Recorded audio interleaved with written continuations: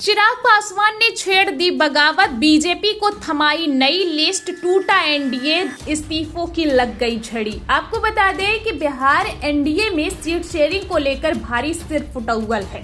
एक और जहां इंडिया ने अपना सीएम का नाम लेकर सीट शेयरिंग पे सब कुछ फाइनल कर लिया है, दूसरी ओर एनडीए में रार तकरार का दौर जो है खत्म होने की बजाय और बढ़ता जा रहा है। हर चुनाव से पहले बहुत बड़े चाणक्य की भूमिका में नजर आने वाले अमित शाह की एक बार फिर से बिहार पहुंचते ही चाणक्य नीति धरी की धरी रह गई।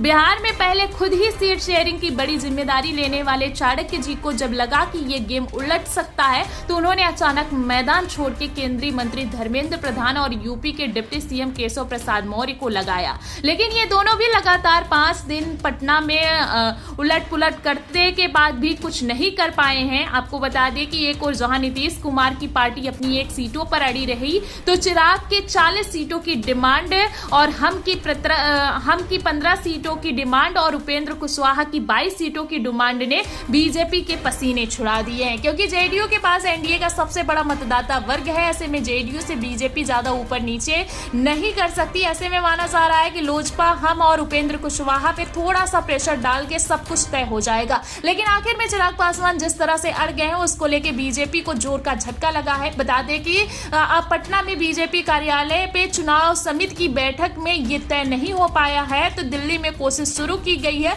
खुद पीएम मोदी ने कमान संभाली है और कुछ नया ऑफर चिराग पासवान को दिया है, जिसमें चिराग पासवान को 26 सीटें, 1 राज्यसभा और 1 विधानसभा की सीट से लुभाने की कोशिश की गई है। लेकिन चिराग इस पर भी नहीं माने और बीजेपी को अपने 35 प्रत्याशियों की सूची भेजी है। जी हां, सही सुना आपने, चिराग पासवान ने अपनी डिमांड को कम करते हुए 35 प्रत्याशियों की सूची बीजेपी को भेज दी है। हालांकि दोस्तों, पहले चिराग 40 सीटों पर डटे थे, लेकिन अब 5 सीटें कम कर दी है, जबकि बीजेपी ने 26 सीटों की डिमांड की थी। ऐसे में एक बार फिर से हड़कंप मच गया है। बता दें कि देर शाम को खबर आई थी कि सब कुछ फाइनल हो गया है। 11 अक्टूबर को बीजेपी का बिहार कोर ग्रुप दिल्ली में बैठक करेगा। इसके बाद 12 अक्टूबर को केंद्रीय चुनाव समिति की बैठक प्रस्तावित होगी, जिसमें प्रधानमंत्री नरेंद्र मोदी, गृह मंत्री अमित शाह, बीजेपी अध्यक्ष जेपी नड्डा और अन्य वरिष्ठ नेता शामिल होने थे।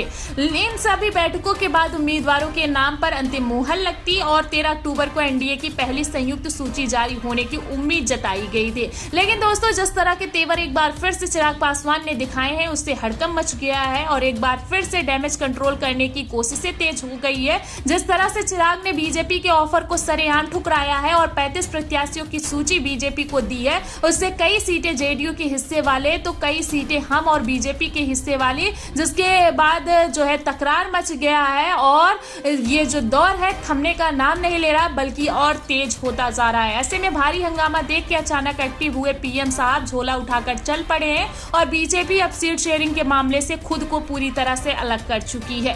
खबर है कि सीट शेयरिंग पर फाइनल बातचीत की जिम्मेदारी अब एक बार फिर जेडीयू यानी कि नीतीश बाबू और उनकी पार्टी को सौंप दी गई है। जेडीयू के संजय झा और लल्लन सिंह और खुद CM Nitish Kumar seat sharing को लेकर बड़ा एक्टिव है और बड़ा रिजल्ट आने का दावा जेडीयू की ओर से जो है वो किया जाने लगा है।